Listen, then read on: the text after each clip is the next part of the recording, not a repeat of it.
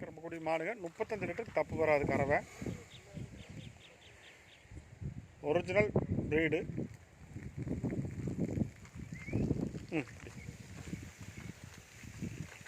இன்னொரு 10 நாள் ஆகும்.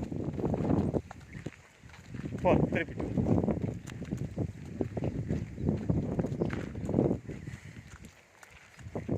ஹெவி மாடுங்க.